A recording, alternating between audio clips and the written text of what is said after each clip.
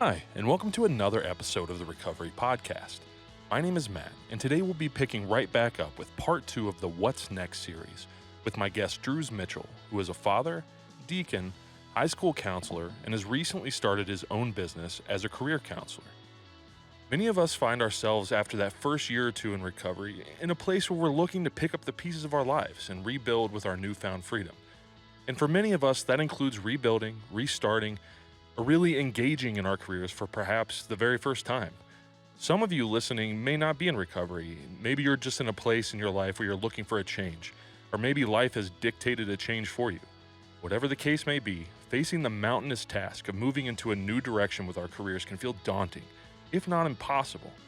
Drews will walk us through what some of the challenges that process brings are, how we can tackle it in a healthy way, and we'll discuss my own recent journey with finding a new career post-using and everything that came along with it. Hi, and thank you for checking out another episode of the Recovery Podcast. My name is Matt, and let's start right off the bat with housekeeping because I always forget until I'm 5 minutes into the episode, but I remember this time. So as usual, while we definitely encourage anybody on the podcast to share from their experience concerning whatever recovery program or fellowship they're a part of, nobody is a spokesperson or representative of said recovery program. We definitely want people to share their experiences, but none of us represent the program because we're all fallible. We can all go back out and use. It does not mean that the programs don't work. It just means that we're human. So with that out of the way, a couple things I want to address kind of up front. If you would like to support the podcast, honestly, keep doing what you're doing. The liking and subscribing and commenting and sharing, all of that stuff has been awesome. We released Charlie Hartman's episode a couple weeks ago on the anniversary of his passing, and man, we got so many new people to the podcast, and it was just amazing to watch in the small little kind of window. That episode was kind of the small window into the impact that man had on so many people, just from the outpouring of people who told me their experience or gave me their feedback, or the number of people who listened, who subscribed, who liked the page. All of that stuff was incredible. And so I know that there are a lot of newer people to the podcast. I would very much recommend that you go back and listen to the previous episodes because there are some amazing stories on there. But for those of you who maybe are new to the podcast or haven't caught up on the first episode of this series, this is going to be part 2 of a multi-part series we're doing this summer called What's Next.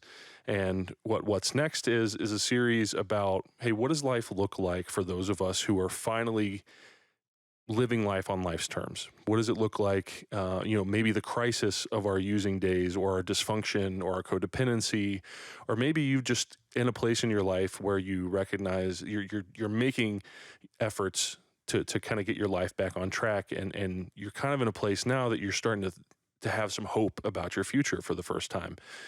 We have a responsibility with that hope, and that is how do we steward that this newfound freedom and newfound life that we have been gifted, really. So through that, we're going to talk about a lot of different topics that maybe I know for a fact aren't talked a lot about in recovery. But the beauty of this podcast is I can talk about whatever it is that I see that there's a need to be talked about, or there is a need for something to be talked about as it pertains to recovery and just living on life's terms in general and healing. So today we're going to talk about careers. We're going to talk about what does your life look like in the workplace, and not just specifically kind of the lens I'm looking. Well, let me put it this way. The lens that I was kind of looking at this episode through when I kind of thought about doing it was originally like, what does this look like what are the next steps for somebody who maybe has found some freedom, has found some sobriety from substance abuse. Maybe they've just, their life was in shambles when they came into recovery, but now they're in a place where they can start rebuilding and building, they're laying the foundation for their life moving forward. And a lot of times for a lot of us, that means building new careers, actually being intentional about starting career to begin with. Um, or maybe you just realize that, hey, like I was kind of sticking with this because it was convenient for my using. Well, now I'm not using it. I realize this job sucks. Or maybe your job just sucks.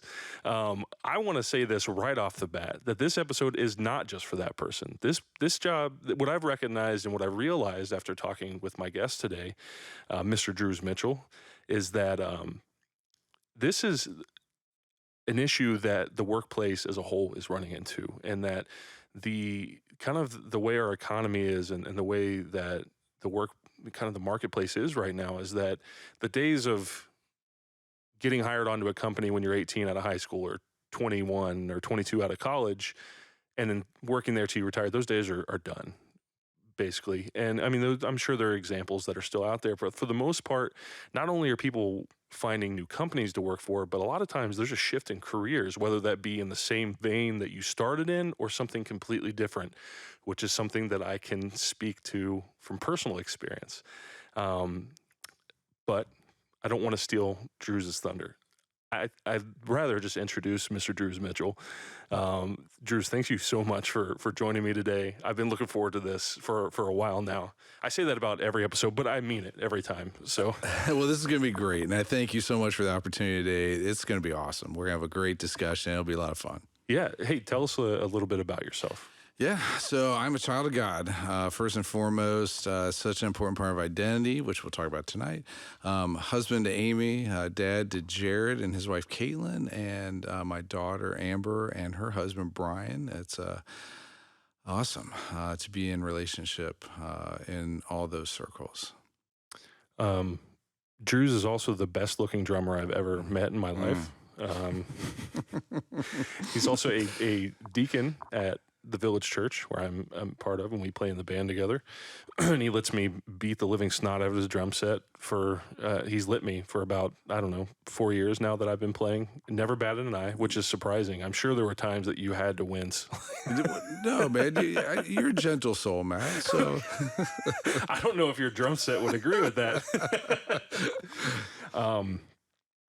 So what we're talking specifically today is kind of in as we're talking about this topic of either finding a new career, really earnestly working towards a career for the first time, switching careers, all of those things. Well, the lens we're looking through is career counseling, which is something that you do as a profession. I know, which is something recent. Correct. Well, yeah. I know. Well, I don't want to say, here's Drews. He decided yesterday he wants to be a career counselor. It sounded like fun. But this is something you've decided to actually start your own company. Yeah. And do. But I know it's something that you've, in some one way or another, have been a part of because of your job as a counselor. Yeah, so I started as a counselor in 2007. Have had 28 years in education, but specifically about 15-ish with counseling. And it was a draw, honestly, in my heart because I really wanted to help people find success in the future. And so when I finished up, I spent 4 years at an area high school, shifted to another after 4 years. I've been there since. My title there is a college and career readiness counselor. So I've had a lot of opportunity to think about future planning with a lot of different folks. So obviously adolescents, their families, what does that look like? Had then been doing a lot of independent college consulting work, and it was good. And I enjoyed that. But really my heart was for always the career piece of the college and career. So we've seen so many students, unfortunately, leave high school, go off to college, 25% drop out in that first year, 33% never finish. There's a lot of pain. There's a lot of frustration. There's a lot of issues that are a part of that. And we'll talk a little bit, obviously, about that tonight. My heart became then to start a practice that was to focus on those issues. So when someone has not experienced success, how do they come to a place of feeling like they're moving in the right direction? So vision career counseling came about because of that and my desire. And I felt led, and it's been pretty awesome to be able to walk through that leading to places where people are impacted. So officially, up and running, have been doing this, just building the career specific component for about a year, making a little more formalized the past few months, and then we're ready to roll now with a process I think will be helpful. Yeah. So I actually worked with Drews in this past season of my life that I've talked about on the podcast, where um, about the time that I finally got sober, at that point I'd been doing industrial HVAC for 11 years. And it was one of those careers that I'm forever grateful for it. It taught me so many good skills outside of just the trade. Obviously the trade skills themselves are valuable. But it allowed me to start a family and get out on my own, and it was something that was so necessary for me for that season of my life. But um, it comes with what comes with that career is a certain physical toll. And so my mentor at the time, um, we were at lunch and he kind of looked me in the eye and he's like, "Listen, you're at a stage in your career where you're going to start making the kind of money that'll be hard to walk away from. I mean, not like millionaire money, but money that would set a certain lifestyle, right? Like this, I'm going to be able to support my family. It's going to be tough to walk away from it." And he's like, "If you're not ready to be 60 years old and on a roof in the middle of the summer, you might want to think about doing something else." And I'm looking at this man who's had cancer twice and both his knees replaced and a hip surgery and shoulder surgery. And I'm like, man, that's going to be me. And COVID hit. I got furloughed temporarily and decided through a lot of various, it wasn't just my decision, but I was ready to move on to something else, and um, got sober, found myself in the place that I set up this series for of what's next, starting asking those questions of what's next for me. And that's when you and I started talking about what does it look like to, because it's such an immense, it's such an immense, seemingly complicated, I guess it is complicated issue to tackle in our lives, especially if you're somebody like me who has a family, who has responsibilities, who there's like this certain sense of there's not room for failure for me, or what if I take the shot and it doesn't work out? And honestly a terrifying proposition for me. I was equal parts restless to do something, but terrified of failing at it. So, but aside from just somebody in my situation, before we get started on what career counseling is, what is your experience? What have you seen in the workplace um, that both motivated you to want to work in this, but also what are the issues that you recognize? These are what these are the reasons. This is the kind of the driving force behind somebody 35 looking at a new career, or somebody 48 looking at a new career, or changing these career changes that none of us really grew up expecting to have to face. All of a sudden we are. What in the economy, what in our culture has changed that you think kind of drives that? And what about that made you want to offer your services as a solution to that, or a helping hand through those things? That's awesome. Yeah, I think for me the motivation was um,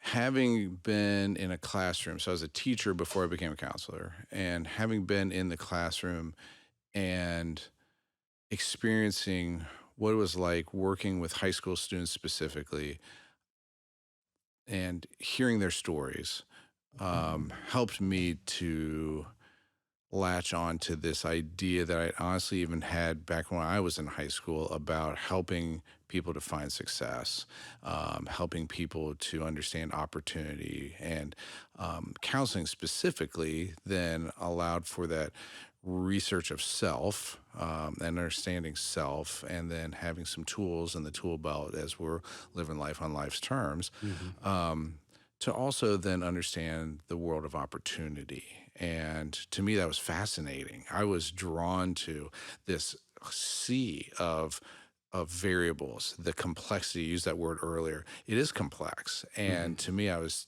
motivated by that challenge to help someone who's stuck, perhaps, or frustrated, or sometimes just immobilized with fear. And there was a client that I worked with, and I felt like my heart just went out to him. He felt such pressure from society to do the college is the only fit option. He felt such pressure. He knew that wasn't the right fit. That along with some other aspects of struggle that he was dealing with, brought him to a place of I haven't seen that level of immobilized emotions in a long time. And I was like, wow, my heart really went out to him. So that was the motivation, honestly, to do this was to help folks to be able to see what it can look like to be successful. Mhm. Um, the I've got this on the website too. There's a Gallup poll, 60, and this was from 2022, so updated data post COVID. 60% of folks feel emotionally disconnected at work. There's some other data points as well about those who actually feel miserable. I can't remember the exact number, but it's a pretty significant number who actually feel miserable. That's a horrible place to be. 60% is a huge number. That is obviously a majority of folks who feel some sort of who feel no connection in terms of any sort of maybe passion, although I don't use that word a lot, especially with planning. But in this case, they don't feel necessarily a connection to the work, and there's not meaning. Meaning is valuable, and we'll talk through that in a second. But the driver, I believe, with the constant shifts, obviously there's an economic situation here in the United States, but globally about skills and having a skills-based economy and being able to do things well. The whole idea of go get a bachelor's degree in something and then get hired and then, like you talked about, work for, let's say, like here in Cincinnati, Procter & Gamble for 30 years and then retire with a pension. So very different. So I think the levels of job dissatisfaction right now, some of the myths that people have believed, myself included, before, that college is the only way, have led to a place where there's this unstable nature to where people are in the workforce, and so counseling helps to get to that place of one step forward towards a place of greater job satisfaction, greater success, peace, finding meaning in work. And I think there's a ripe opportunity right now with the number of shifts that are going on, the number of jobs, the number of careers, for people to be able to develop some skills around even being adaptable to all those changes. Yeah, I've realized that just in my just personal observation that as scary as this kind of shifting economy is, where our perspective on our careers are changing, our expectations that we both have and are expected of us from our employers changes. In the same way that it's scary, the change is scary. Nobody, a lot of people are kind of change averse, or to some degree, whether that paralyzes us, terrifies us, or maybe it's just uncomfortable. What I've realized is that with that shifting economy and kind of things changing also creates opportunity, where it's not, I think, I don't want to project too much, but the kind of what I've, and maybe you can confirm this or speak to it a little bit before we get started on the career counseling part. Um, for people who are my age and older, so I'm 30, in my mid 30s, there's almost this kind of shame that I think people used to feel starting a new career of like, I failed and now I got to try again. And I think I would hope that as our economy keeps shifting and it becomes a norm that you either have to find your new career is in the same vein of what you've already done, kind of in that same area, or it's maybe just a complete pivot to something else, that perspective changes as well. That kind of preconception that whether that whether that preconception be completely fabricated internally from ourselves Right. or it's an actual thing that people feel. Right. I think I would hope that that perspective changes. And have you worked with anybody who had that kind of like, I feel like a failure because I've got to do something new? It just wasn't a part of the plan. Absolutely. I think I love this analogy too. And I can't remember who to give credit to this. This is not my thought. It just resonated with me. They talked about the tanker economy, and like we were talking about, you work a job for 30 years, have a pension, go. The tanker would, take, like some economic crisis, and it's a big wave, but it hits the tanker, but it keeps on sailing. You're still in that job, you do it, and you keep on still, slow and steady, get to your 30 years, get to your retirement. The opposite is the sailboat economy. If we look out on the sea of the American economy specifically, there are lots of sailboats out there right now. So there are a lot of folks who are putting up their sails when the wind is good and blowing that direction, and they go that direction. They're developing those skills.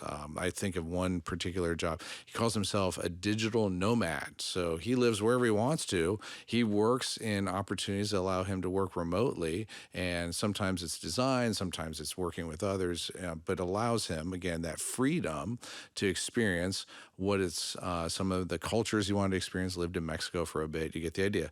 But his sailboat, he'll put the wind up when it's time for a design job, and he'll sign some contracts, and it's a gig-based economy, and he's moving in that direction. But then there's a lot of sailboats like that who are following in that same direction, but with obviously different opportunities. It's the norm. So in the norm, so cultural norm right now is that things do change. It's abnormal for someone to stay in one thing and do it that whole time. So there's a stress release, or relief, I should say, from some of those feelings of failure when you're not alone. It's the Right. majority and vast majority right now. So I think that's a big driver, and again, some reframing around what that Yeah. looks like. Yeah, I think that was an important thing to kind of tackle because, like I said, this episode isn't just for what I originally kind of conceptualized it around. This being this, while this is the recovery podcast, and I'm sure there are people listening to this who are in the same situation as me, where for all I was driving my life into the ground, and out of my recovery also came this um, necessity, but also opportunity to rebuild.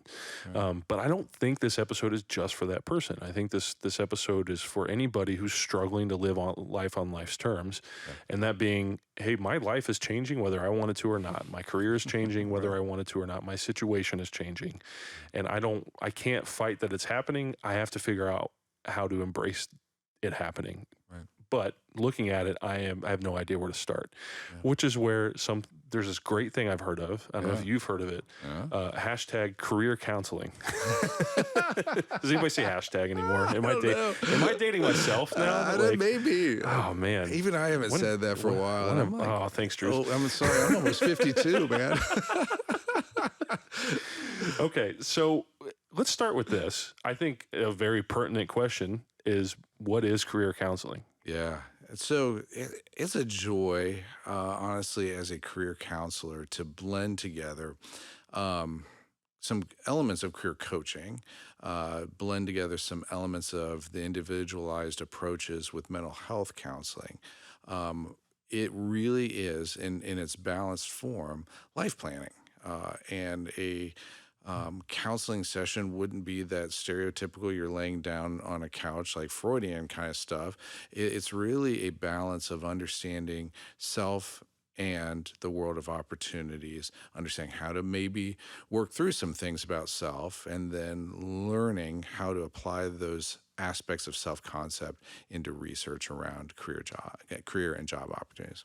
So for somebody like me who had no idea career, how would you what are the contrasting areas, or what are the differences between career coaching and career counseling? Yeah. 'Cause I think those are the two that sound synonymous, but, and I'm sure there's maybe some, like you said, there's some things that they borrow from each other, but what's the Right. difference? Yeah. There's some scaling approaches to career coaching that are very, very good. So, and like, honestly, my day gig is a lot of some of those systems. So helping folks just to understand the world of work and things like that.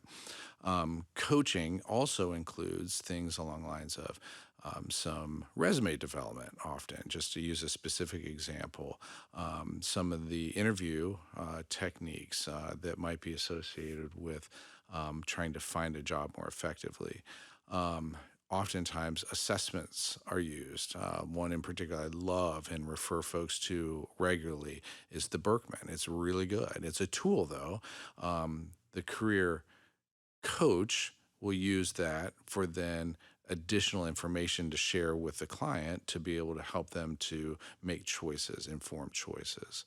Um, on the flip side, the career counselor would then hear the client's story first, and not that a career coach doesn't. So good career coaches do the same, but a career counselor is trained in the ideas of active listening. My particular orientation is towards cognitive behavioral techniques, using some of the tools to help someone to find the narratives of their lives, their life themes. It's an important part of understanding self, which is the starting point. So I think a counselor is really working with the individual and really working hard to Hmm. understand the individual's needs. It's a beautiful thing. Career coaching can, and don't take that's not the no slam whatsoever. But career coaches are really focused on the checklists and here's your systems, and we're going to go through these. The counselor may spend 4 sessions just helping someone to come to a place of preparing to get to a place of doing some research, and would never necessarily push a client who's not ready for that to like develop a SMART goal, as an example. So the counselor's role is really to take a long time, if necessary, to hear where the client is. Awesome. It's a great clarification. Yeah. So what is just to kind of nutshell that a little bit is it's the combined approach between kind of personalized, like even therapy, Right. even of just personal um, therapy counseling with the career coaching Yeah. being kind of like, hey, let's not, for you to have to really embrace this change, to embrace your career, you're also going to need to find who you are, because Yeah. those things have to fit together Yeah. to for you to find that contentment, that connection that you mentioned a lot of people don't have. Yeah. Yeah. And who you are, such an important part. Yes. Huge, huge, Yes. huge, huge. And honestly, and like some of the even students I've worked with, um, giving them the chance to think a little bit allows for an opportunity to have a little bit deeper talk. And there'll be times that a referral is made to a career coach, even for someone in high school, as an example, because their maturity is such that they're ready for something like that. In the discussion points that we've had, there really isn't anything coming up that has to be dealt with, like failure or whatever it might be. And so that referral point might be most necessary because they're able to then use the tools of a coach. There's other times, I've worked with a client, their mental health needs were so deep, they were well beyond my training, and I made a refer. I think we'll talk maybe 20 minutes or so with someone as we're thinking about steps. It became clear within 5 minutes this was a man who needed to talk to a mental health specialist, so counselor, psychologist, psychiatrist. This is a man who needs to deal with that first. So it is important for a career counselor to live in both camps, but to also know when it's time to refer out if someone's not in that place of being able to have balance for life planning. Sure. So what is career counseling not? Yeah, it's not fortune telling. I'm so glad you asked that.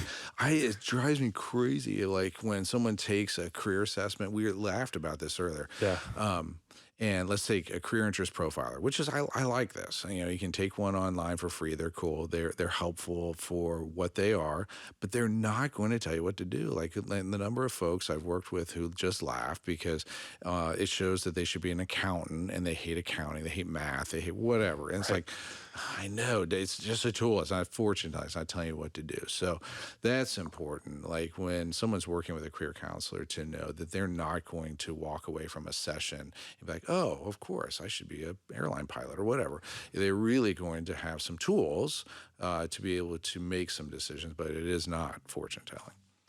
So, so as you, for somebody listening to this, that maybe they're like, they've listened to us talk about the shifting economy, and they've, you know, listened to the fears and the preconceptions and the misconceptions that come with the place that they might find themselves with their career that we've laid out. Um, Maybe they're listening to this and they're listening to you describe what career counseling is, and they're like, this sounds this sounds great. I think this is something I want to engage in. How do Right. you even get started? What does the process look like? What is involved? Tell us, kind of expand a little bit and into what career counseling is, how you get started, Right. and let's just kind of take the conversation from Yeah, there. totally. Someone's story matters. So if someone was to reach out to a career counselor, um, general models, and I'm not going to speak on behalf of all career counselors, obviously. I work off of the career construction model by Dr. Mark Savikas. Um, this was developed, I think it was around 1996 ish. He's currently a professor at Kent State University. This model is very sensitive to lifespan development and adaptability. So when I share all that up front, I just want to make sure there are other models out there too. But this is one that I think a lot of folks understand. Again, in general, we want to help folks to know themselves in the world of work, but specifically the narratives that they bring in regards to their thoughts, some actions of the past, whatever it might be that can help a counselor to glue together life themes. So it could be very clear, just to do one's oversimplified. Someone who's consistently volunteering in the community and is working a job that's related to human services, or they're helping their neighbor all the time, and all you get, there's a clear theme of sacrifice of self for the good of others. So it Sure. seems that that would be a place to start with a narrative development and helping to glue some stories together for that person to be able to hear their self concept. Be aware of their self concept. We know, especially with adolescents, young adults, specifically, not everything's formed up here yet. There's still some some growth that's going Yes. on, and we know that it's going to take some time. And unfortunately, often like I mentioned at the beginning of the podcast, someone who leaves for college, fails out, feels miserable, they're in debt, their parents are upset. It's just not a good situation at all. Helping them to pick up the pieces, and again, some of that narrative will be a part of that journey and that story that will help them to then find one step in the right direction. Well, it always, Yeah. sorry to interject, No, but no. it's one of those things that when I got out of high school, and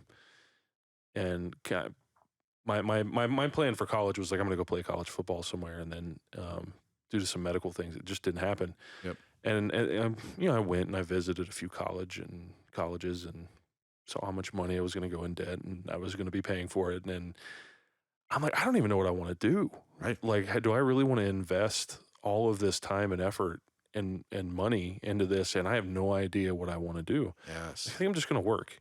And so, I was kind of, for me personally, I was fortunate that I had the wherewithal at 18 to at least make that decision, because looking back, I recognized that I was like, this is not for me. Like, Right. this is not, I don't like school personally. Like, it's Right. just not, I'm not wired.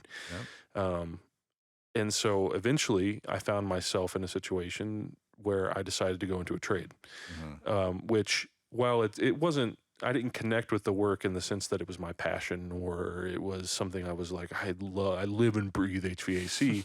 What Right. it did fit was kind of this theme that you mentioned. Hmm. The theme for me that I didn't realize is that I enjoy learning skills in general. It's one of the driving Hmm. things for me, is that give me something that requires adapting or not adapting, but building a skill set. Yep. And even if I don't particularly connect with what the work is, I enjoy the process of building a skill set. And so going into a trade, while ultimately I don't do it anymore, was a great fit for me in the sense that it put me in a learning environment that was hands-on, that it kind of put the onus on me Yep. to develop my own skill set. Like the resources are there, you go find them. Right. That works for me. Right. And so it's one of those things that I'm sure you've experienced it. I'm sure you're aware, or I know you're aware. We've talked about it, but this kind of idea that you should go to college, and this was a narrative that I was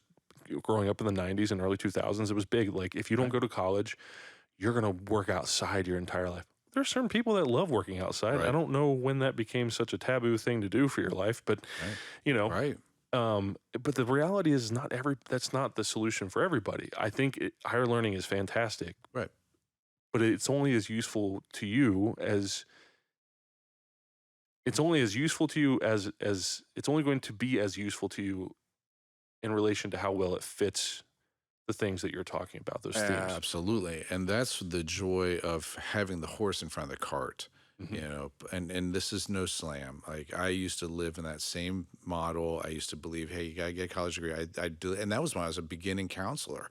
This has developed for me over the course of several years of understanding, again, someone's personal story, their strengths, and maybe sometimes combing through aptitudes, so potential skills that could develop to get to a place of success. And success means different things for different people, and helping someone to get to that place where they're seeing it.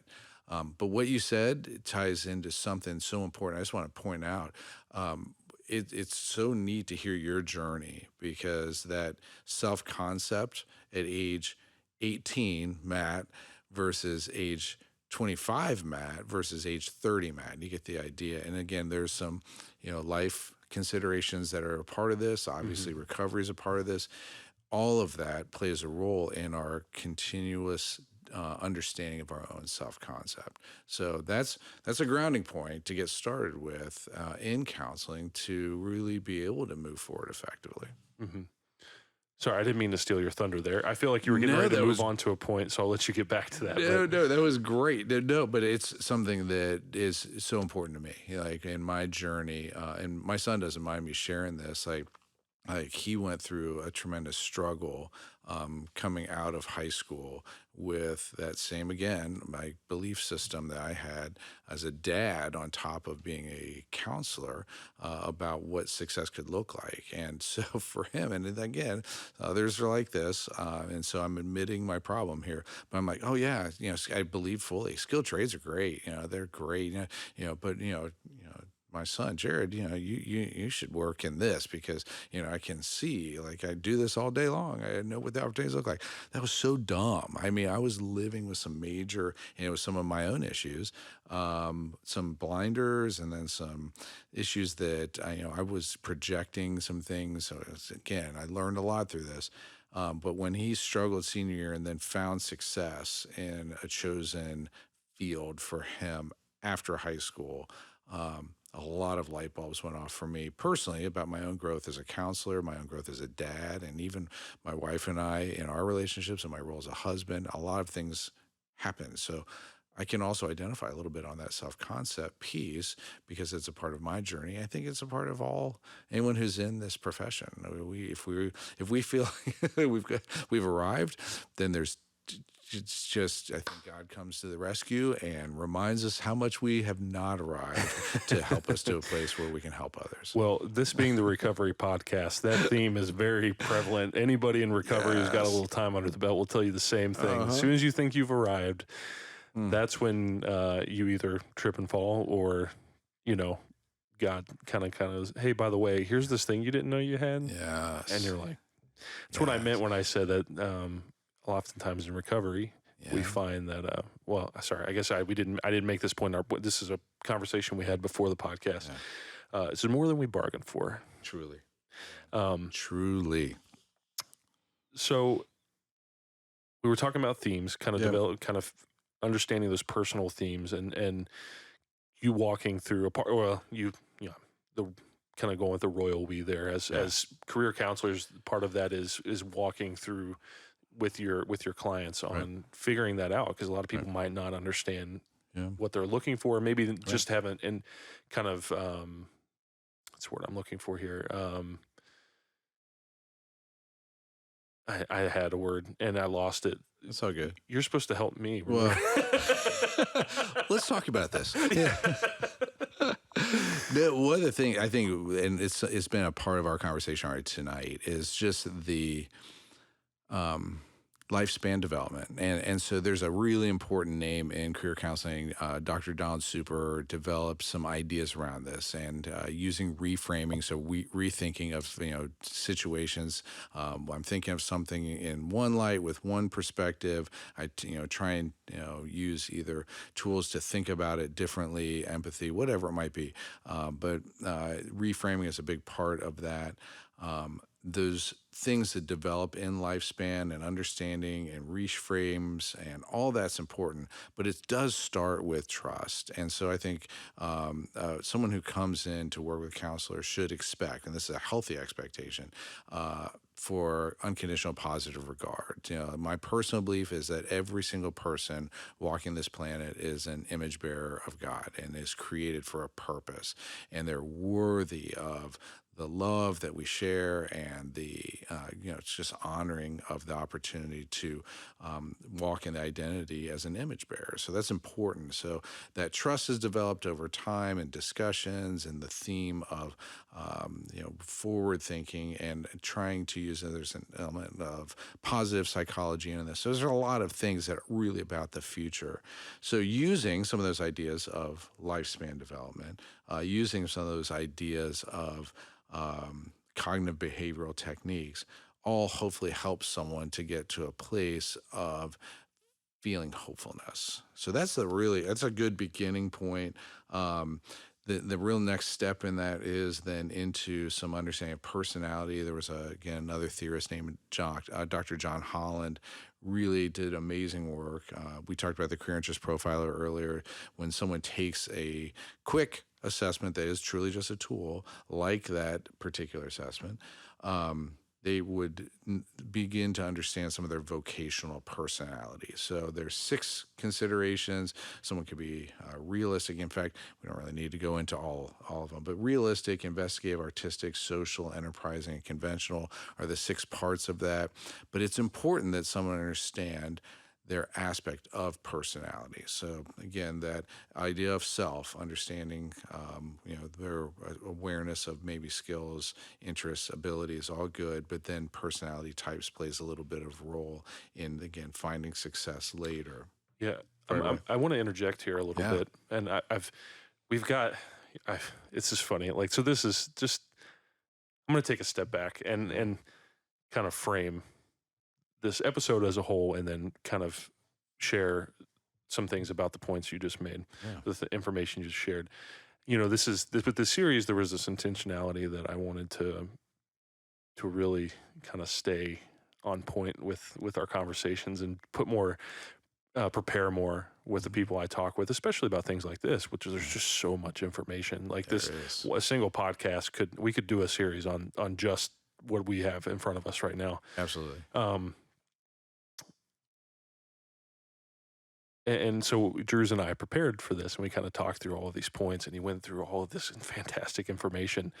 But as you're talking, I think I keep thinking about my own personal journey through this, and I'm gonna kind of, I feel like it's going this way naturally. I think I want to kind of, as we walk through this, there's just so many things that are lining up with my own personal experience. I think I'm going to kind of share as we go along with this. And when you're talking about understanding like your life themes, and then also understanding your personality, for me, in this current area, this current situation that I find myself in, not situation, great opportunity and blessing is what it is, really. Yep. For me, I leaving my HVAC career, I had no plan. We were just in a position where my wife's career had kind of taken off, and she had kind of found her own way through the workforce. Right.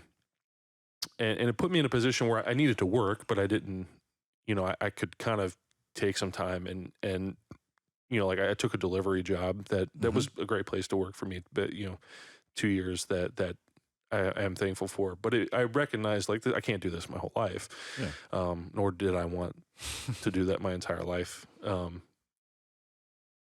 And so what I realized through talking with you is that, and kind of taking a step back and looking at where I was, like, Mhm. okay, I want to do something.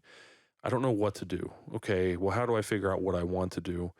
Well, it came down to those things that you just mentioned. Was Yeah. like, okay, if I'm going to do this, I want to at least have an idea of the direction I'm going and why I'm going in that Mhm. direction. And so, starting to think about things like life themes, I'm like, okay, what are kind of, and I'm going to kind of blend these together a little bit between aptitude and personality and life themes, Yep. which is really the process. Even, this is a clarification, but Yeah. that's kind of the way it looks, I think. And they're all woven together. Yes, For sure. and none of them are compartmentalized, Right. and none of them are in a vacuum. And I realized the things about me, um, that almost every job I've had up to this point, while I didn't enjoy them in their totality, I enjoyed Mhm. certain pieces of them. Yeah. And so I worked at Gordon Food Service at a marketplace, so a retail environment. I've worked at a couple of retail environments. There's certain things I loved about it. I love the customer service aspect. Mhm. I enjoy helping people Yeah. make decisions, what they're purchasing, or helping. Like I've always enjoyed making a customer experience great. Yeah. Like and not in like a gung ho like like going super is my life and I want you to feel that way too. No, it's just like, hey, like this Right. person's coming in here, they're spending their money, especially with Gordon Food Service. It Yeah. was like they're running a business, they're running a restaurant a lot of times. It's Yeah. restaurant owners. What can I do to make their lives easier? What can I do? Like, what is that next extra little step that like they'll appreciate because it's something small that's not a big Right. deal for me, but is a big deal for their day. Yeah. I enjoyed like that kind of stuff. Like I enjoy it. Um, when I did HVAC, I didn't necessarily love. I honestly, I hated being up on a roof all the time. Like, but there are certain things I loved about it. I loved problem solving. I Yeah. loved learning new skill sets. I loved learning new things and how things worked, and I enjoyed the customer experience with that as well. Where, to the point that I kind of had a knack for dealing with difficult customers, Right. and because what I recognized in this interaction I had between myself being the contractor and that person being the customer is that really what they wanted to do is be heard. What are the things that are looking, and don't get me wrong, there were a Right. few people that they just wanted to see the world burn. You can't help those people. But Right. um but for the most part, even the most difficult cl- customers are the ones that they're like, I just want to be heard. I have this thing, whether I think it's rational or not, they have this concern, or they have this thing. Maybe they've had a bad prior experience with another contractor, or if they got this problem that they just can't figure out. They want Right. things done a certain way that makes sense to them. It was not hard to deal with them once you recognize that they just want, they have certain concerns. They really would just want you to meet them. They Yeah. just want you to hear them. Yeah. So I recognized, like, okay, despite what my demeanor was when I was using, I actually post sobriety, well, I should say current sobriety. Yes. Yes. Not Right. I have not relapsed, Right. guys. Like, This podcast just took a turn. right? Yeah. Like, oh man, he had a slip. Oh man, there's no conspiracy. So I'm like, I recognize what I extrapolated is that, okay, I have an aptitude towards, in this case, in the list of like vocational personalities Right. that you mentioned, Yep. social, which is Right. something that blew my mind. I'm sure it blew a lot of people, but I enjoy it. I enjoy working with other people. I enjoy working with customers, and I enjoy when they bring me their problems. I'm like, Yeah. let me figure that out for you. Yeah. And on top of that, there are other things that were not work related, but I recognize could potentially pull into my career, is that I'm a fairly artistic person. Right. I'm creative. Yep. And I could talk all day about the misconceptions about creativity and creative people. Yes. Creative people are not just artists. Yeah. So my uncle Kevin, Rev Kev, as people know him, Let's go. I consider a creative person. Absolutely. Not in the sense of, I mean, the guy can't. We've accidentally left his mic on a few times at church. He can't sing worth a lick, and he can't play any instruments. But when it comes to creating systems Oh, sure. and creating like in a I mean, his business acumen and all of these things, there's a creativity to it that is Yes. absolutely misunderstood, I feel like. And so I kind of went through that same thing, even though I'm artistic in the sense that I do play music Right. and I enjoy, artistic design and all of those things. It's not the creativity. I always struggled with, I don't want to be a graphic designer. Definitely don't want to be an artist because I'm fat and I like to eat and they don't, they don't get to do that very often. Um, but what does this look like for me? Yeah. So I've got this creative element, I've got this social element. I'm Right. also detail oriented when it comes to the work I do. Right. I'm sure you've experienced that with playing music with me. Sure. In our shop talks we have, Right. I'm very I enjoy, like techniques and learning and all of those things. So I've distilled all of this down. Yep. Still don't have a job. Right. Right. And so that's where our conversation came in, was Yeah. like, okay, so, when I came to you, I had already kind of mulled these things over in Yeah. our beginning conversations. And there, for you, it was, we worked together on like, what does the marketplace look like? What Yep. are some opportunities? And what I didn't realize is that God had really kind of set in motion an Right. opportunity for me already. Yep. And that is at the current place I work.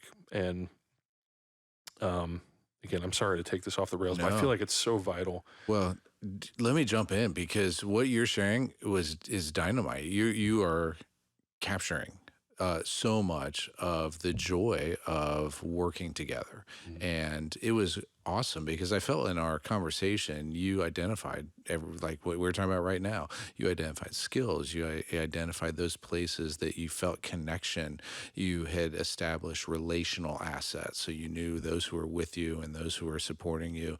And then, as you identified with personality, there are some considerations like what happens at the job and how am I wired up to find satisfaction in that or success. Our conversation was dynamite because as you were sharing, it was almost like you were prioritizing out loud. And that's what I took away from our conversation was, Matt's at a place where his self-concept right now has come out of a season of some evaluation and Oh, yes. absolutely. And so now there's a prioritizing of what it's going to look like to take that next step and to find success. And so it was a joy. I enjoyed getting to hear you prioritize in that and then to be able to think through, hey, in this opportunity that the Lord gave to you, how can I make the most? And how can I apply the things that I know that I do well, or the beliefs that I have, my attitude. You're checking the attitudes, beliefs, and competencies boxes 100% as you're thinking about success in the role that you have. Mhm. It was great. It was so fun because it was almost like watching gears turn and then ideas come about because of it. Yeah, and I think, and I'm going to share more of my experience, Yeah. and because I think it fits. But the thing that was so important to me in our conversation that we had was that, like you said, I'd come out of the season really with my sobriety. It wasn't just about not using. And Right. as anybody who seriously works a recovery program will tell you, is that, especially in Celebrate Recovery, there's a big emphasis on, you were not sober just because you were not using. You were sober when you surrendered the process of, I'm a broken person who needs a savior. Yep. And there are character defects that I have to surrender if I want to live life on life's terms. Yep. And so I think, and again, this is something that I'm really passionate about, because I think especially for those who have struggled with substance abuse and have lived a chaotic and dysfunctional life that comes along with using, Mm-hmm. we have been beaten down so long and failed so often, and it has Yes. become just such a norm for us that Right. you get in this rut where you don't think you're anything but that. Right.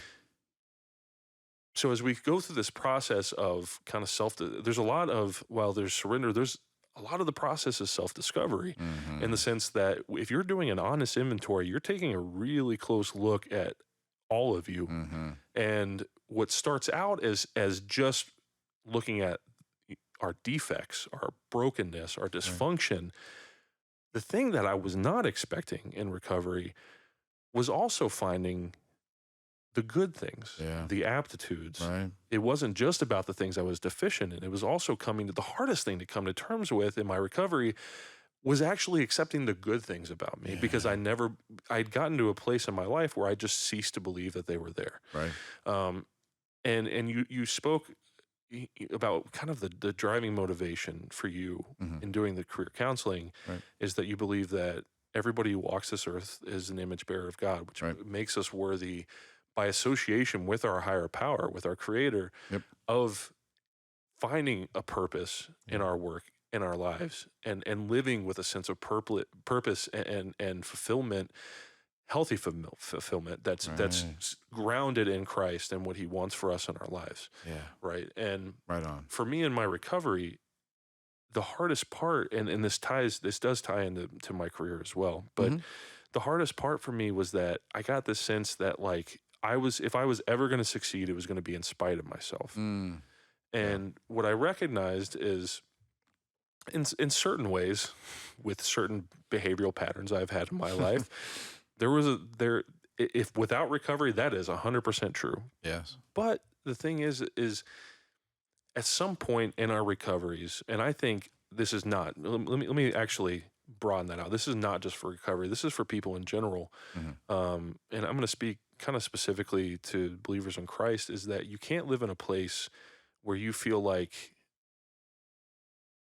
everything good that happens to you is in spite of you, Right. because that also puts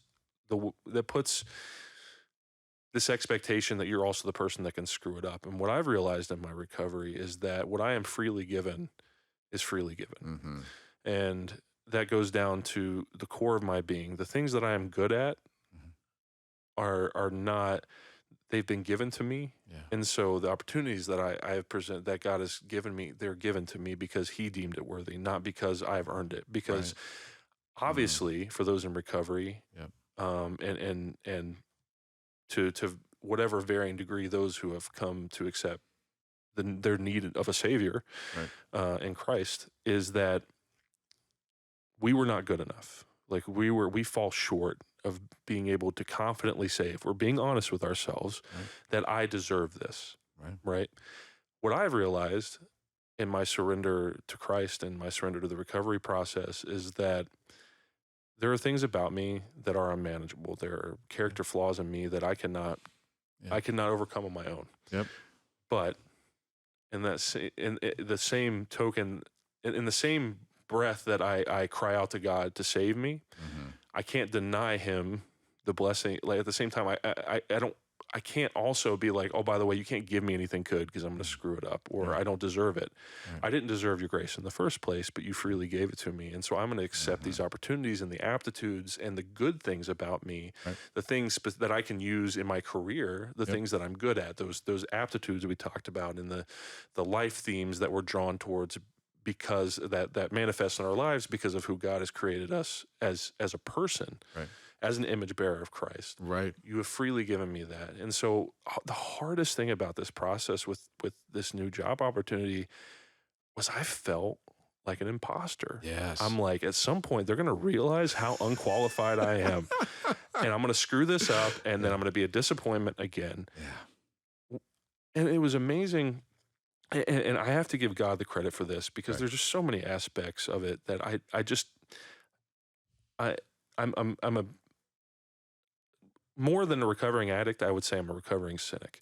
Yeah. And but I don't care how cynical you are. At some point, you have to stop believing everything is a coincidence, because I look at my life and I just can't. Right. And even the job that I have now is a great example of this, because there are just so many factors that lined it into place that I can't take credit for, and I can't give anybody else credit other than God. Yeah. Yeah. And so I got this job, and it was a surreal experience for me, because they hired me based on me. Yeah. Not my skill set, Yeah. not my degree, because I Right. don't have one. And I work at a place that designs and builds retail fixtures and signage, none of which I have any experience in. The only thing I was familiar with when I walked in that building was the HVAC unit on the roof. That was it. I Right. recognized the thermostat when I walked in, and that was about it. Yeah. And I was terrified Right. of I had tremendous anxiety going into Sure. my job, and um, just feeling like I was going to let them down Right. and let myself down and let God down. And what's amazing is, as I looked at my aptitudes and Mm-hmm. I recognized the creative element, and I recognized the Mm-hmm. social element, and I recognized the attention to detail that Sure. I Sure. have about things. Right. I go into this job and I'm working in the sales department, mainly supporting the sales department. Mm. Um, guess what that entails? Some, Working with customers. yes. Some people. Also working within our organization to take what the customer wants, Mm-hmm. being their advocate, Yeah. working it through this design process, working it through the estimating process, communicating, Yeah. kind of taking all of the multiple pieces that every project consists of, Yeah. and with the customer's needs that they want to be heard with, making sure that process ends in a way that ends with a product or a service that they want, that Yeah. meets their needs. Right. On top of that, they gave me this kind of side project for branded promotional items. I'm holding a Village pen right now. Mm-hmm. It's a branded promotional it's a branded promotional item, I should say. Sure. Sure. You wouldn't look at this pen and think that there was a lot of intentionality that went behind it, but I promise you that there is. Sure. And what I now do, what turned out was just like a little side project for the company, is now something that has turned into making a lot of, not comparatively to their whole business, but something that absolutely blew the expectations of the water, Yep. where I do sales now. I work with customers. I created an entire like what we call decks, like Right. from the ground up. Like there's some like light graphic design work, there's salesmanship, there's customer service, Mm. there's all of these. And all of a sudden I'm looking at this and I'm like, so all of these aptitudes and these life themes that I've recognized, all of them fit into this job. Mm-hmm. Every single one. There's Let's a go. creative element, Yep. there's a customer service and social element, Yep. and there's an attention to detail. There is technical skills that I have learned along this way, graphic design stuff that I never would have thought. And all of that to say,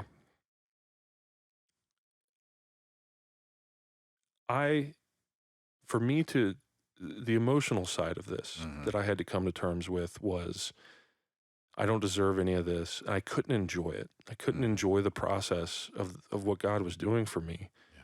because I couldn't come to terms with the fact that I just couldn't. It's the word I'm working for here. I'm struggling with English today. Accept. Um,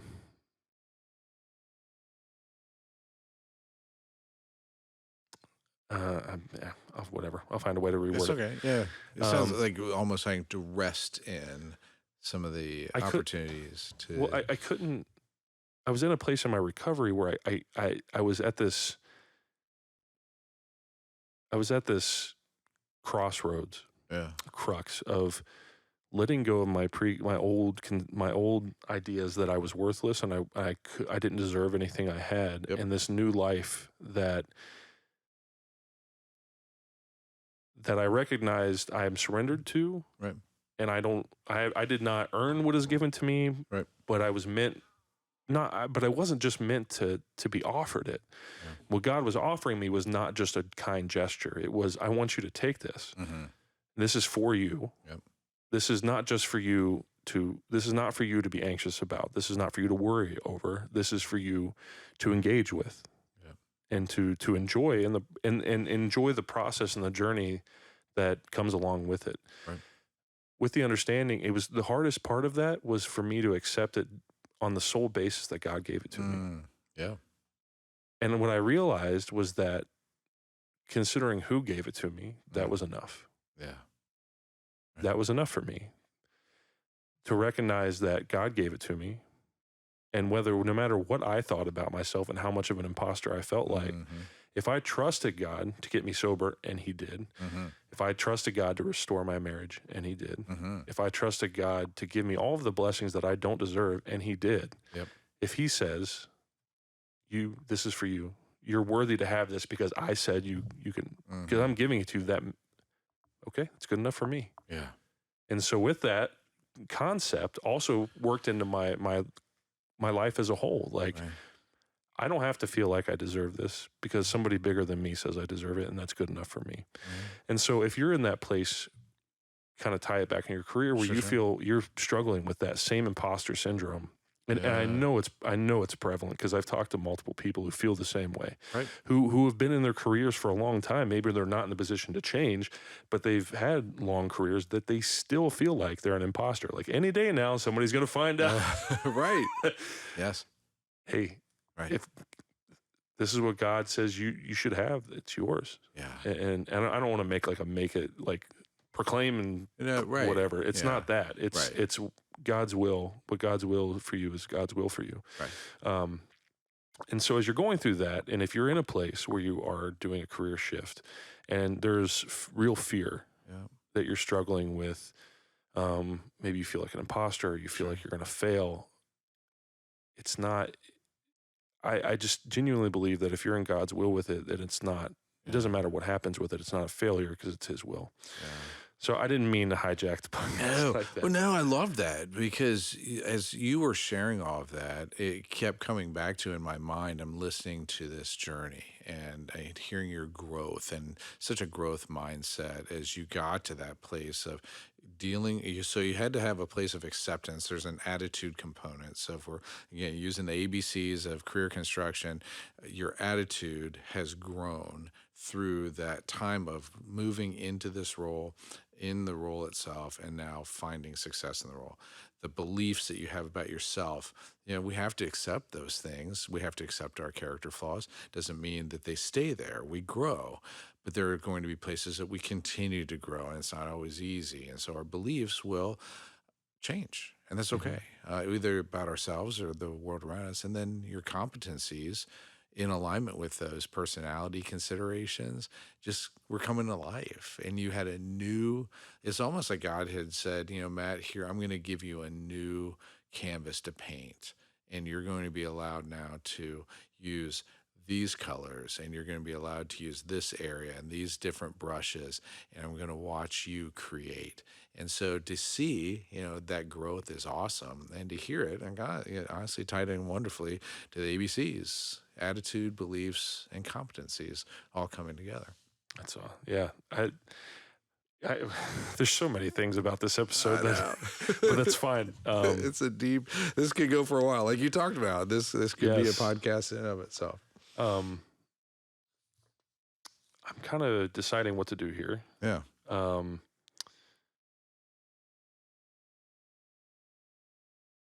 I'd love to give a third part to think about since Yes. we've kind of gone through the couple with, again, understanding self, and then some of the aspects of personality. A third part really is adaptability, and that is, again, you just offered a wonderful example of that, being able to start with, I'm going to become oriented to this situation, I'm going to explore what it can be.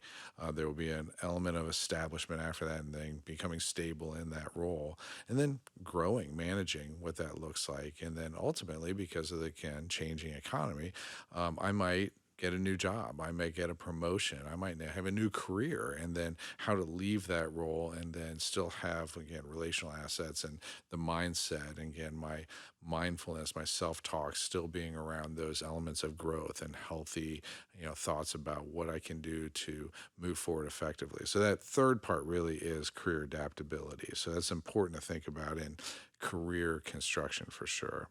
But if we have time, my favorite part, Let's do it. the tools. Yes. 100%. Like, all the theory stuff is cool. And my favorite part is hearing someone's story and then helping, to glue some things together. That's good. All that's helpful. And then looking at some of the information. But if we're doing something with it, then there's moving forward. Yes. So I'd love to talk about some of those tools. Absolutely. Let's do it. Great. So there are two particular aspects. So we learn about self, we learn about the world of work. Learning about the world of work in the United States really is much easier than it used to be. Annually, the Bureau of Labor Statistics will now update the Occupational Outlook Handbook. Now, that's cool. It used to be every 2 years it'll get updated. Now it's annually. It's helpful. So if you Google BLS OOH. You can easily get to the Occupational Outlook Handbook. It'll offer a variety of things to look at. So that's something, if someone's researching right now, like, hey, I need to find just what is it out there that might be in alignment with some of the things we've talked about tonight. That is a great way to go because it looks at those aspects of personality. It will really give some considerations to training necessary that's in alignment with someone's strengths and skills. Another one is just Google career one stop. Lots of information there too. There's some state considerations around research as well. In Ohio, it's called Ohio Means Jobs, but again, it's pretty easy nationally to look for some of those state-sponsored opportunities to work with someone for understanding what opportunity can look like. In Ohio, we have Ohio Top Jobs, and it's again, I think it's the website is actually Top Jobs Ohio, but it's associated with again state data that's very helpful for understanding opportunity. So that's a part of this system, and it's the CASFI system. And again, the C of that is communication. So when working with a counselor, identifying a problem or a situation, that's also discussions with family members or other people that are considered a relational asset. The A of this is analysis. So that's understanding self and then the options around my particular circumstances. The S of that is synthesis. So we're expanding, then narrowing the list of options. That takes time with a decision-making model. So again, understanding absolute constraints. Those are the must-haves. Any sort of negative characteristics, the undesirables. Understanding the positives as well, the desirable, and then trying really to eliminate anything neutral and irrelevant considerations so we can really focus on that's going to have impact. That's all a part of the synthesis part. After that comes valuing, and this is where, like you offered a great example of being able to prioritize those alternatives, understanding which ones would make the most sense in the setting that I'm in right now. Again, it's heartbreaking. Like when I'm working with a young adult, especially who loves animals, they want to be a veterinarian, has no idea what it takes to become a veterinarian or how expensive it is. And they hate science. That's a big, big problem. So you get the idea. So valuing and then prioritizing those alternatives. And then the final step is the execution, the implementing of choice. You and I talked about this before. There's some times that I won't get to some of this with a client because they're immobilized with fear or anxiety. It's really for them more about preparation to move to that step of being able to explore, helping them to come to a place of comfort with where they are, or I shouldn't say comfort, but peace with where they are, and then to be able to move later. So again, not to add stress. So that's the last thing I want to do. So in this, again, the typical is understanding, again, the CASFI system of communication, analysis, synthesis, valuing, and execution. So we use those, again, those two particular tools to, again, go through that system. But here's some really good things to keep in mind. Let's start with this one because this is what just came to me. It's simple. We do it all the time. Deep breathing and relaxation makes a big difference. It really does. And if someone's all jammed up in their thoughts in a situation like you and I were talking about, even if there's a performance element with its music or I have to give a speech or whatever it is, there's something about a deep breath and just consciously relaxing from head to toe. For me, my stressors are abs. I know that if I'm tense, I'm going to tighten up right my abs. I don't know. That's just where I am. Let the record show he said abs. Yes. ABS. Yes. Thank you very much. Good clarifying. Yes, that's important. So relaxing from head to toe is so important, and a deep breath. God's just wired us up for that. It's anything weird or zen or anything like that. It really is just, and it also helps us to focus. That's so good. So I like that one a lot. Visualization is a technique I'd encourage. I say it with caution in that, like, I can, like Michael Jordan would visualize making a free throw before making a free throw. If I'm working with someone and I'm helping them to visualize success at work, we can never account for all the variables. So we're just, again, utilizing this as a means of visualizing success, knowing that there are going to be some things that come up that wouldn't necessarily be on the radar before.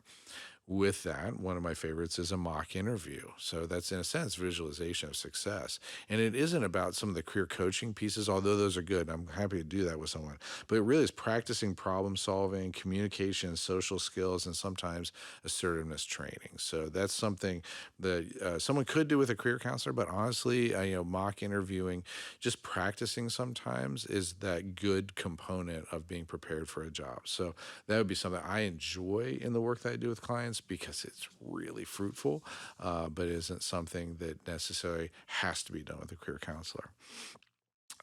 This is a good one.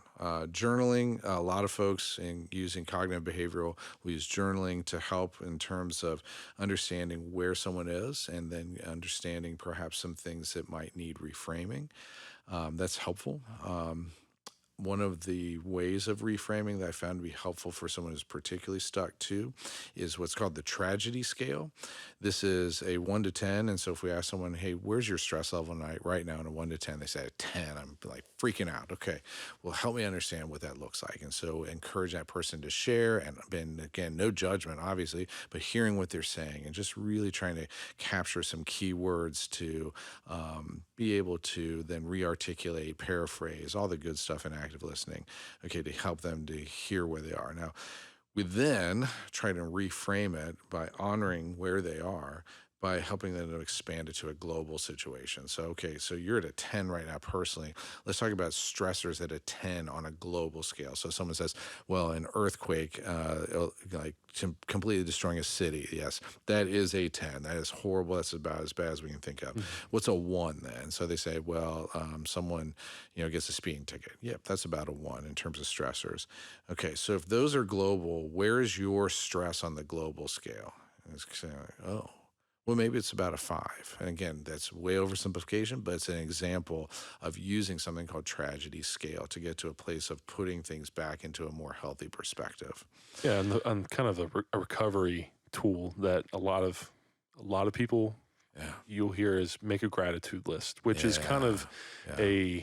I would say like a visual, if you want, it's kind of the negative. It's the positive part of the negative, Yeah. right? It's Right. it's the contrast. It's just it's the same concept, but focusing on the positive part of the goal is the same, is to put whatever you're dealing with in perspective. Yeah. And so I bring that up because to kind of tie this in to folks in recovery, if you're Right. working, the gratitude list does the same thing, Yeah. and essentially of I feel like the sky is falling. Things are Yeah. terrible. Yep. Oh man, I'm screwed. You start doing a gratitude list, and all of a sudden it's like, well, I have that in my life. Like my Yeah. kids are healthy. Like still have my marriage, or Right. like I don't like my job, but I have a job. My bills are being paid. I'm putting food on my table. Yeah. Sometimes that helps ease that for me. I'll just speak from my personal experience, Sure. and I know other people who share this, is the gratitude list does such a good job of putting things in perspective, because the goal between the exercise, from what I'm hearing you saying with that Right. exercise and the gratitude list accomplishes, is giving you putting yourself in a state where you can recognize that things are not as terrible as you think you are, as they think they are, Yeah. as you think they are, I should say. Yeah. And with that, it's not to disqualify your anxiety. It's not 100%. to Yes. minimize Right.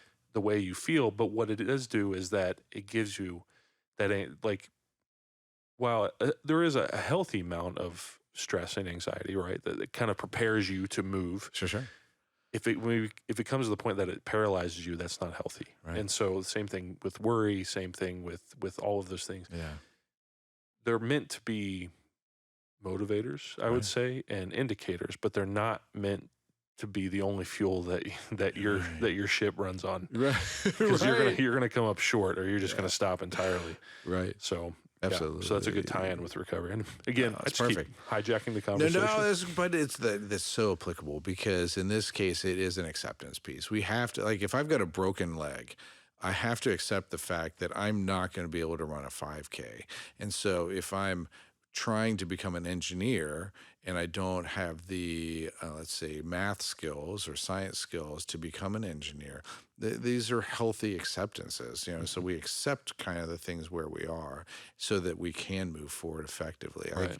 I use this, and even there are times we have skills and we have to find balance with those. So if we're talking about like perspective on things, I think one of the things I've grown in my own understanding of self is that there's times that, like as a counselor, it feels like I'm climbing mountains because I've got some work I have to do that's not necessarily, it's good work, it's hard work, but it requires a lot of effort, and it's going to be limited amount of time I can do it because of the amount of work that it takes to be able to accomplish the goals that are necessary.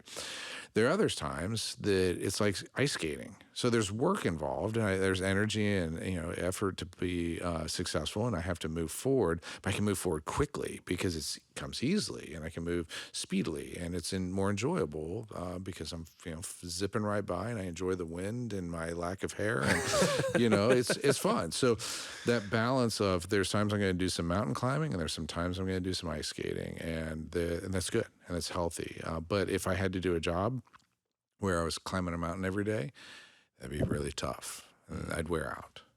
Like you had alluded to earlier, physically, the aspect of HVAC, you had to make a decision. That's a little even more pertinent example towards, hey, that was a lot of mountain climbing. You were good at it. You were able to do it well. You had success. And the ultimate end of that was not something you wanted. Right. That's good. So there was an acceptance of that. Right.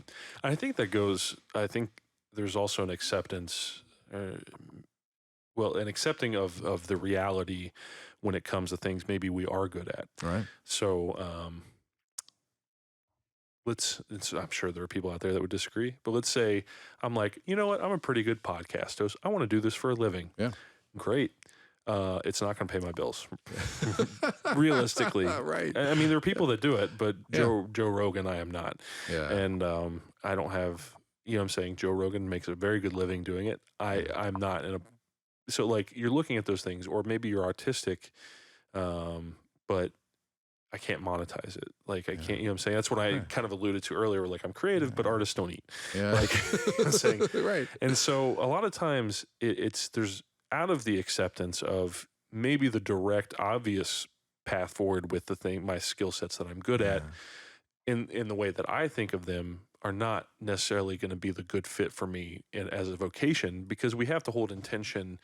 While we do want to find purpose and some sort of fulfillment in our work, right. It also needs to be work that you can live on. In that, Right. obviously that whatever that acceptable income limit is depending on you, but everybody kind of has a minimum, and typically that's the poverty line. And Yes, right. and so, but out of that acceptance, that opens us up to opportunities that we would have discounted otherwise. And so, to kind of go back to my situation, I had kind of come to terms with the fact that, like, hey, maybe like my career is never going to allow me to utilize kind of the creative drive that I have. Yeah. I never would have thought that the job I have now has that creative element, and it worked out great. And it's not something I ever would have thought of. And so I'm telling you that in the sense that in the acceptance that there might, with that, if there's a fear to the acceptance, if you have a fear about acceptance, because with it comes having to recognize that we're not going to get exactly what we want. Yeah. That's not always a bad thing. Right. As some famous band somewhere said, you can't always get what you want. I've heard that one. But if you try sometimes, you just might. You just might get what you need. Yeah. And it's you need to be the beauty of the unknown is that it's not only bad things out there. Right. And I think that's a big fear, including, and I'm going to raise my hand here and say that was me, that there's the fear of the unknown is mainly driven out of the fear of all of the unknown things that could hurt me. Right. But the thing about the unknown is that there are things out there I never thought I would love. Right. that if I had never taken a step into the unknown, Yep. I mean, my entire recovery journey is based on that right there. My prayer Yeah. that I've shared 1,000 times on this podcast has been, I struggled with that faith element of surrender because I'm like, I wish that God could sit across this table from me Yep. and tell me that he would fix it. He could get me sober. And then I would believe him. Right. And then when I recognized that faith was the only way I was going to find out, Yeah.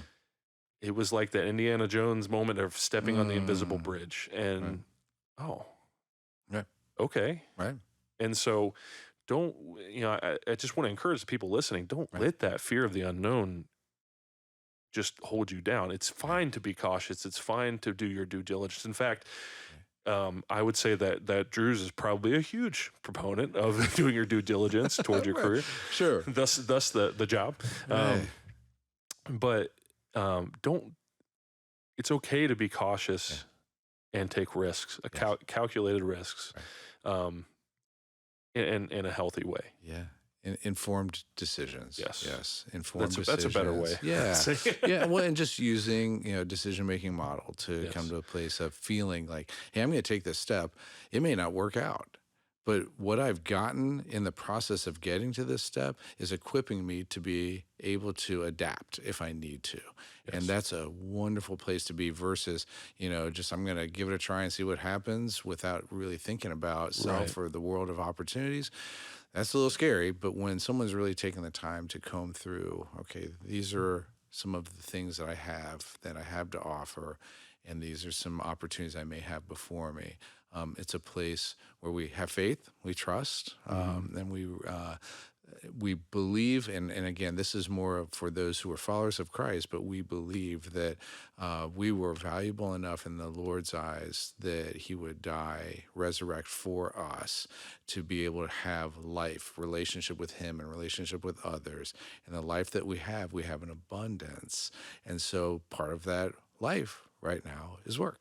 And again, that's a whole nother podcast. We talk about the discussions of work in the Bible, from the Garden of Eden and tending the garden, and what was that like? Purposeful considerations of work and having their values that are developed through those. So it's powerful, especially as someone is developing a better understanding of A, B, C, attitudes, beliefs, and competencies. So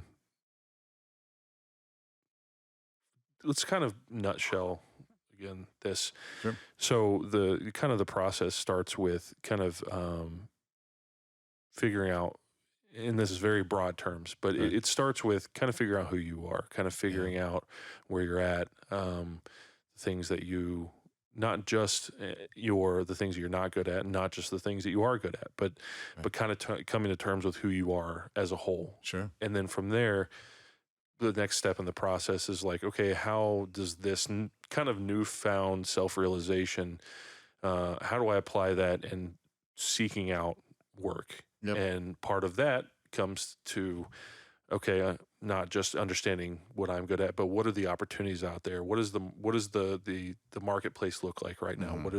What opportunities might fit? And from there, kind of going through that process, the CASFA, is that what you said? Kind of CASFA, yeah. Yeah, kind of going through that process of like, again, kind of recognizing your situation, the analysis, the synthesis, as you said, kind of expanding and narrowing my list of options. And then from there, kind of working your way down to getting to a place where, okay, I think I'm ready to make that informed, calculated risk. Yes. And so that's what I'm saying is that while I don't, on one hand, don't let fear hold you down. Definitely, there is a process to making a good decision on this, which is why I think what you offer is extremely valuable, and I'm very grateful for you coming on the podcast and talking about it. Thank you. I didn't mean to, there's so much stuff here that we didn't talk about because I hijacked the conversation. So maybe it's good I don't rely on my podcast to make it. No.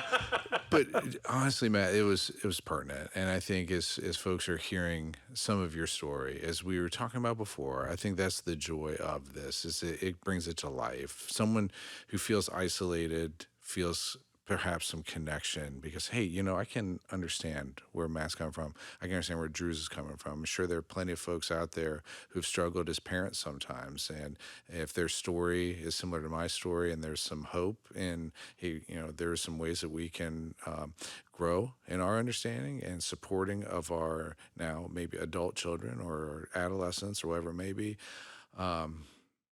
that's huge. And so what you've shared, I think, gives people a sense of I'm not alone. Yeah, I appreciate that. Yeah. And I also appreciate your vulnerability to talk about your process of with Jared and kind of going through that was great to hear. So thank you for doing this. If somebody is interested in seeking career counseling, first of all, I would like to give you the opportunity to shout out what you've got going on with your Yeah. business. So I love what God is stirring up. It's awesome. It's at www.visioncareercounseling.com. So visioncareercounseling.com. Check it out. My heart is for adolescents, young adults, their families. I'll work with folks certainly in where they are in terms of lifespan development, but that's really where my heart is, or people who are coming out of some significant struggle. So if they're, let's say, at a place where recovery is fresh and new and working there. Those are the types of situations that really resonate with my heart. So love doing that.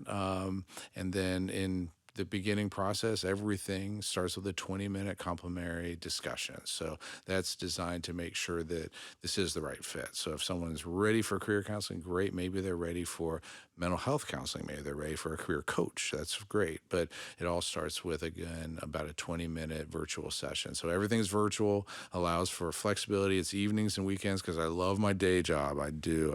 I'm very blessed in that. And I do this because I am committed to this. My heart beats for this in the morning, both during my day job as well. But I feel like there's a really big need here. And so Vision Career Counseling came about out of that. So check it out, visioncareercounseling.com. Yeah, and it'll be linked. Everything will be linked below, and whatever you're just look for it in the description or the description below the videos. And like Drew said, it was an important piece is there's a 20-minute complimentary session at. I think that if you're in a place where you're even considering that this might be something to do, I don't mean to sound like an infomercial, but there's literally no risk. And if anything, you'll get to talk to Drew's, and he's great to talk to. Yeah. We could talk about drums too. I mean, that's fun. Yeah. Great. Like that's going to be my feedback from Drew's is like, hey, this was great, but I'm just getting all these drummers. But in all seriousness, it's something that was a great value to me. And so I really appreciated that. I really appreciate you coming in and talking about it on the podcast. And I think there's somebody out there that needs to hear this. Just like with that, I say that every episode, but I really believe that this is something that was put on my heart for a reason. I truly believe that. So thank you everybody for listening. Like I said, Drew's information and his website will be linked below. Please reach out if you think that this is something that could help you. And for those of you new to the podcast, I know this was a little bit different than maybe if Charlie's episode was the first one. But if there's so many great stories in the back catalog, please go listen to them. Not for my sake, not for the podcast's sake, but because there is real hope and some amazing testament to what God's done in people's lives. So thank you guys. We will continue with the What's Next series next week. And with that, the TRP summer roadmap outlining what the summer looked like, that video is going to be released sometime next week as well. So thank you guys. I appreciate you, and we will catch you on the next one. Bye.